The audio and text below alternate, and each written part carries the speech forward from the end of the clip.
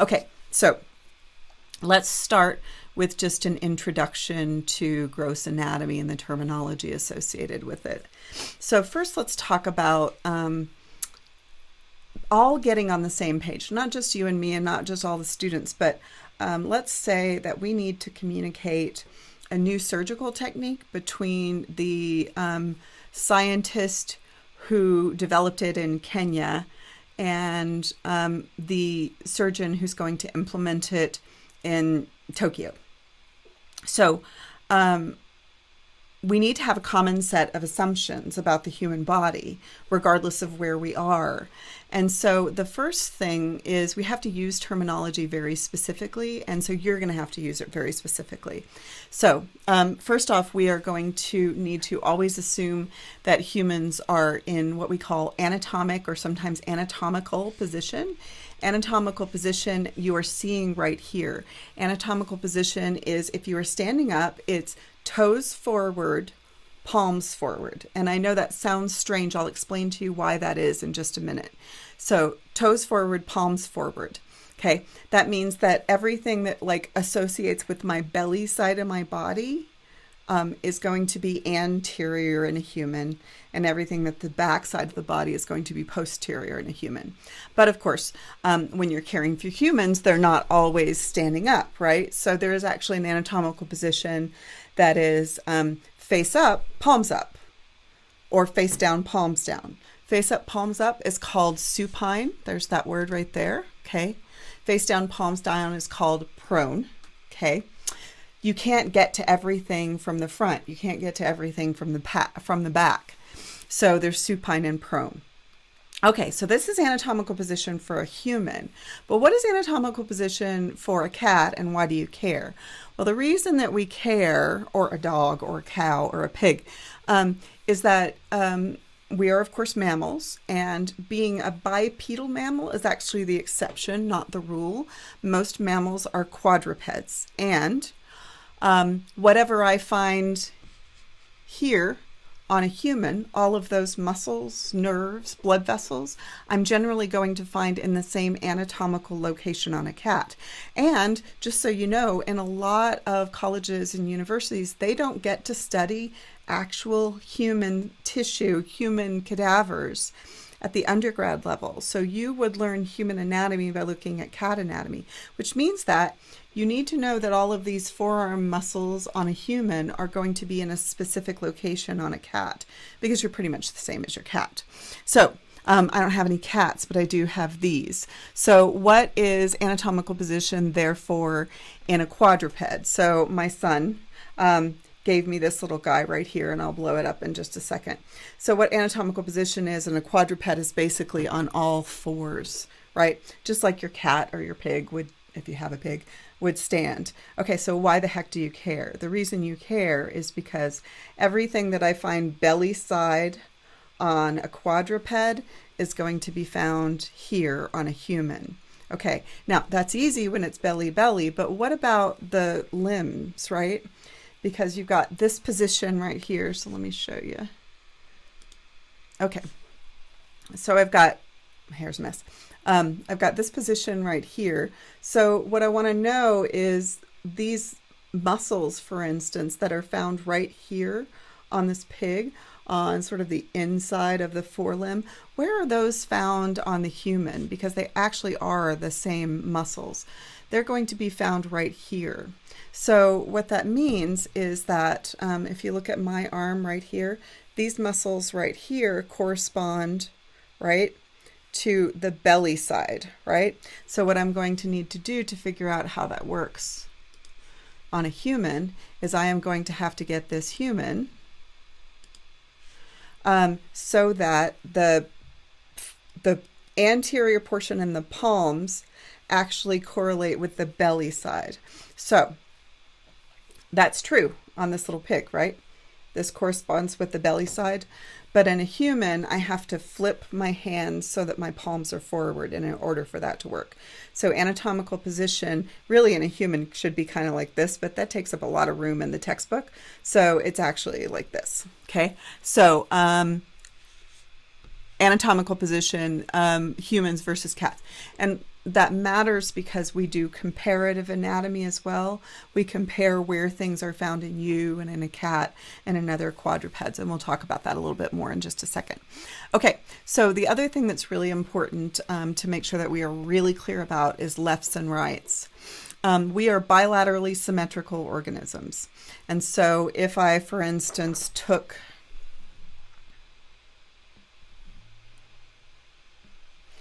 and divided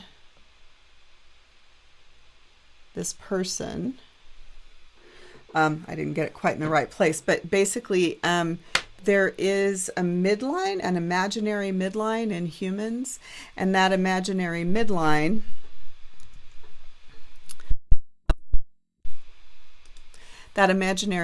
in humans means that I have paired structures left and right. Now, I'm not saying everything is paired because you don't have two livers or anything, but most external structures have mirror images left and right. So what you have to do is you have to be careful to specify when you are talking about left or right. So for instance, this muscle right here is in anatomy, that's not the pectoralis major muscle. If you want to be super duper specific, that is the left pectoralis major muscle. Okay, this right here is not her thigh. It is actually her right thigh. Okay. So this always refers to the specimen or the cadaver or the whatever being viewed. It's never actually referring to you. So here's something that's important for you guys. For any paired structure, from now on, I reserve the right to count it wrong if you, instead of saying left eye, you say I. And I'm not talking about partial credit, I'm talking about counting it wrong. And why would I do this? Just because I'm a beast? No, because I'm trying to get you into the habit so that the habit will be well in place before you get into harder material. Because have you guys read or heard about somebody getting the wrong kidney removed or the wrong knee operated on? Those habits start right here. So I want you to get into the habit of making sure that you always say left or right, and it's always the patient, the specimen, the whatever, not you. It's always their left or right. And I promise I won't have to take off very often. Generally speaking, it only takes once for someone to learn that. So it's actually incorrect to omit left and right. So not just partially correct, it's incorrect to omit left and right. Okay, so the next thing that we are going to have to talk about is orientation and directional terms.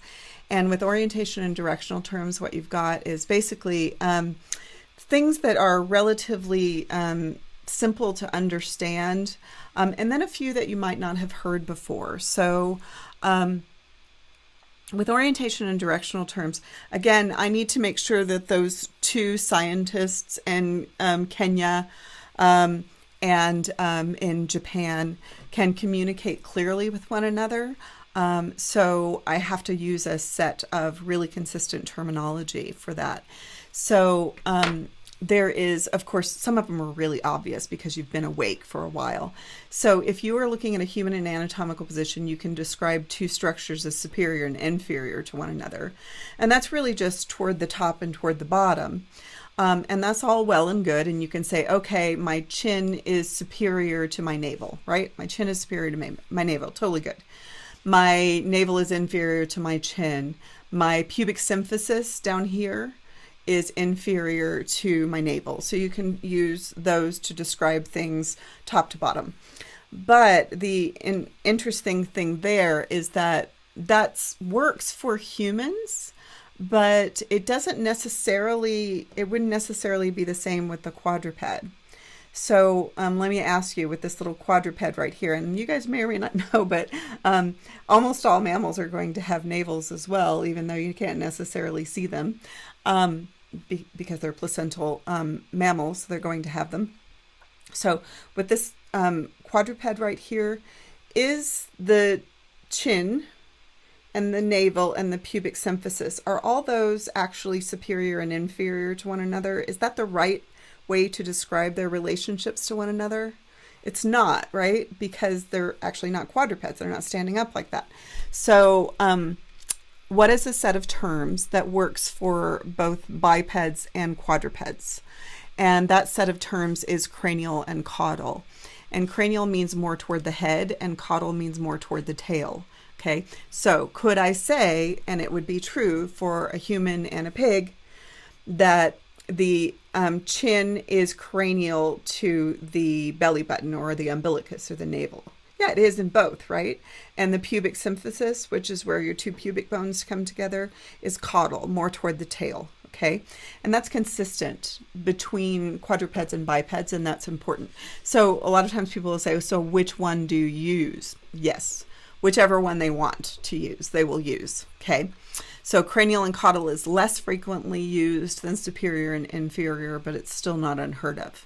Okay, so now the next set is anterior and posterior, and then its partner, which is called dorsal and ventral. So if we look at anterior and posterior, and my son was nice enough to loan me his toys.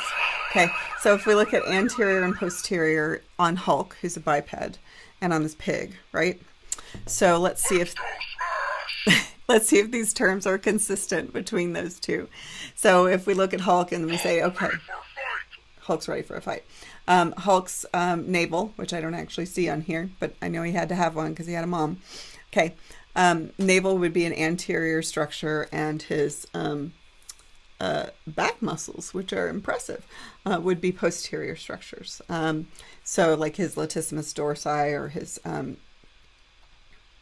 would be posterior structures. And so anterior, posterior makes a lot of sense because you've been awake for a while. But are those same things true for this quadruped? No, they're not. His navel is not anterior, right? And his back muscles are not posterior. So there is another set of terms that can be used in that instance that are consistent between bipeds and quadrupeds, and they are ventral and dorsal. Ventral means belly side. This whole side is ventral. He's not in anatomical position, but the whole ventral body side would include your palms, right? Because that's anatomical position. Your forearm muscles right here on the anterior side, right here.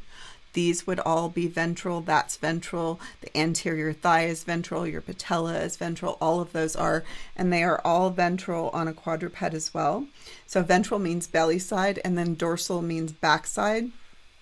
So all of the things that I find on the dorsal side, like the dorsal fin of a fish or a shark,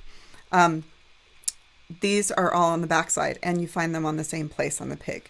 So ventral and dorsal are really consistent between, let's say, all mammals, although it's not limited to mammals. So which one will be used? Anterior, posterior, or dorsal ventral? Yes, whichever one people want to use. And those are used probably about with the same frequency. So you definitely need to know. And why would you need to know? Well, because once you get into the harder stuff, you're going to be looking at right, let's say, right femoral region, comma, ventral view, right? And you would know that you were looking, okay, this is right. Yeah, that's right. Right femoral region, ventral view. And it seems obvious when you have all this context, but a lot of times you're just looking at a piece of something that's really important that you know whether you're looking at the ventral or dorsal, the anterior, posterior. Okay, and then medial and lateral. So remember I told you that you have this imaginary midline, and they actually drew it in the correct place right there, this imaginary midline. If you are describing something that's closer to the imaginary midline, you say it's medial. If it's further away, it's lateral, and it can be intermediate. So let's describe three structures here. So if we are looking at, let's see, the sternum, the right nipple and then the armpit. Where are those with reference to one another? The sternum is a medial structure. The armpit of those three is the lateral structure. And then the right nipple is intermediate between the two. Okay, so medial, closer to the midline, lateral, further away from the midline, and intermediate would be between them. So now let's go back to anatomical position and address something for just a second. So if you're in anatomical position, where is the thumb? The thumb is a blank structure. Use that pair, medial and lateral. What do you think? The thumb is a lateral structure, right? In addition, you'll also be using medial and lateral to describe the sides of things. So this, for instance, would be the medial surface of the forearm, and this is the lateral surface of the forearm. These are the medial thigh muscles. These are the lateral thigh muscles. Cool? So that's medial, lateral, and then sometimes you might have an intermediate, just if there were three things. Okay, now this is the one that people have trouble with, so let's make sure you guys understand this one. Proximal and distal. And proximal and distal are used in really specific circumstances. So proximal and distal are used to describe things along the lengths of limbs or tubes. Okay, so this is what it's showing you right here. You have a whole bunch of tubes inside your body. They're not always in the same place between when you look at them at one point and then the next time you look at them. So for instance, let's just say, okay, somebody found on some kind of scan an intestinal blockage or lesion or something, and then the person who's going to treat it is not the same person who found it. So imagine for just a second that you don't take a photo of it. I mean, we do, but you need to describe where it is. But if it's in the intestine, is your intestine going to be in exactly the same place by the time the patient gets to the specialist? Not necessarily, because it wiggles. So how would you define it? You would say, oh, okay, well, it's actually, if I go from a branch point away from the branch point, I can describe it, and then I can just follow it along the branch point. So if this was an intestine, it would be far more curved, and this was the blockage right here. Okay, so I could say, okay, it's, I'm going to just make this up, it's 15 centimeters away from, distal to the whatever sphincter. So proximal and distal. If I have a natural point of attachment on Hulk here, the natural point of attachment for both me and Hulk is, for the arm, is the shoulder, okay? And I can describe things along the length of it. So what I'm going to do, even though he's not exactly in anatomical position, just go with me here. Proximal means closer to the point of attachment. Distal means further away from the point of attachment. So what I want to do is I want to say the wrist is blank to the elbow. Is it further away from the point of attachment or closer to the point of attachment? The wrist is distal from the elbow, further away from the point of attachment. But the elbow is blank from the wrist. The elbow is proximal to the wrist, okay? You can do the same thing with the legs. You can say, okay, what about the knee and the hip, okay? The knee is blank to the hip. The knee is distal to the hip. The knee, however, is proximal to the ankle, okay? So proximal means closer to the point of attachment, and distal means further away from the point of attachment. And it's only used for limbs or tubes. So you would not, for instance, use proximal and distal for the head and the trunk. Incorrect. You also would not describe things along the lengths of the limbs or tubes as superior and inferior, because first of all, they're limbs or tubes, and second, they're not always superior and inferior, right? There's a lot of movement that goes on with the limbs or tubes. Okay, and then the last one is superficial and deep. And superficial and deep, really to understand that, all you have to do is think about a wound. And so if you imagine that the surface of the body, right? Imagine it like a ball. If you make an incision and it stays close to the surface, it would be superficial. And then if it goes deep toward the core, it would be deep. You also use superficial and deep to describe things with reference to one another. So a lot of times things are layered on top of one another in the human body. So think about it this way. So if I was looking at the skin, the muscle and the bone, you would describe those with reference to one another. You would say the skin is superficial to the muscle, right? But the muscle is superficial to the bone. and the bone is deep to the muscle, right? So superficial and deep is describing things in layers with reference to one another. Okay, and then last thing for today is what we call regional terms. And the regional terms are these guys right here. They're the same ones that you're going to be learning in lab. And basically, when you learn these terms, it will help you with the rest of the semester, because a lot of times the difficult structures are actually named for the specific body region names of the terms. So, for instance, there are popliteal nerves and a popliteal artery and popliteal vein. And where would you look for them? Well, right now you may have no blasted idea, but later on you will of course know to look for them running down the back of the knee, because that's what popliteal means.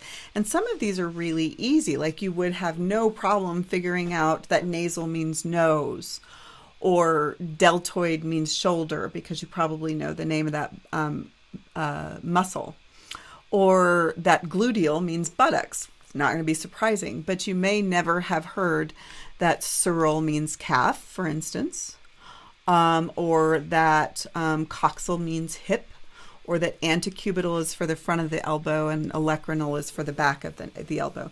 Now, I realize it seems really arbitrary to make you learn all of these right now, but I promise it will be one of the most valuable things you do, because when you, for instance, are learning the structures of the elbow and the skeletal system, you'll learn an olecramal fossa, which is a depression, and an olecramal process, which is a projection, and those fit into one another and form the elbow joint, right? So this investment is going to be really important for your success for the rest of the semester. So you will be responsible for all of these and the same ones that are in your lab book.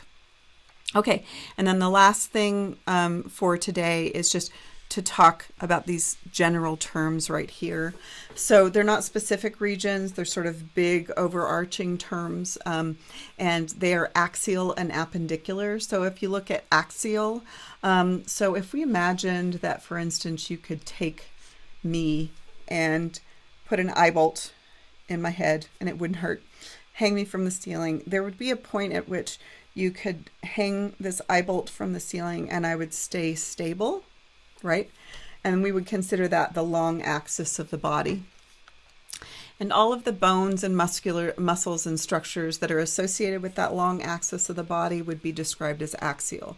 So they would include the cranial and facial bones, all the muscles of the torso, the vertebra, the ribs that are attached to the vertebra, the sternum that's attached to the ribs. All of those would be considered axial skeletal elements and axial muscles. Okay, so head, neck, thorax, all of that kind of stuff, all the way down to here, including the vertebral column. Okay, so you will, when you start skeletal system, have a week of axial skeleton and then a week of appendicular skeleton. Appendicular refers to appendages. So all of the bones, muscles, and structures that are associated with the appendages right here would be considered appendicular. So for instance, the arm, the forearm, the wrist, the hand, all of those bones, and then all of these muscles would be considered appendicular. Same thing here and here. Okay. The only exception that seems a little counterintuitive, but it will make sense if you just think about it, is that there are some things that are considered appendicular not because they're on the appendages, but because they actually are associated with the appendages, like the the clavicle and scapula. Those are only there to hold on to your upper limbs, and so they're actually considered part of the appendicular skeleton. The same thing with these hip bones, which are called the ossa cocci. Those are only there to hold on to your legs, so they're actually considered part of the appendicular skeleton. Likewise, sometimes it seems a little counterintuitive that some of these muscles that are actually on the torso are considered appendicular, but I will go ahead and tell you, and I'll reinforce it when I teach it to you, that the muscles that are appendicular are there to move the appendages. Cool? Okay, we're going to stop there for now, and I will pick up the next one right here at Roman numeral 4.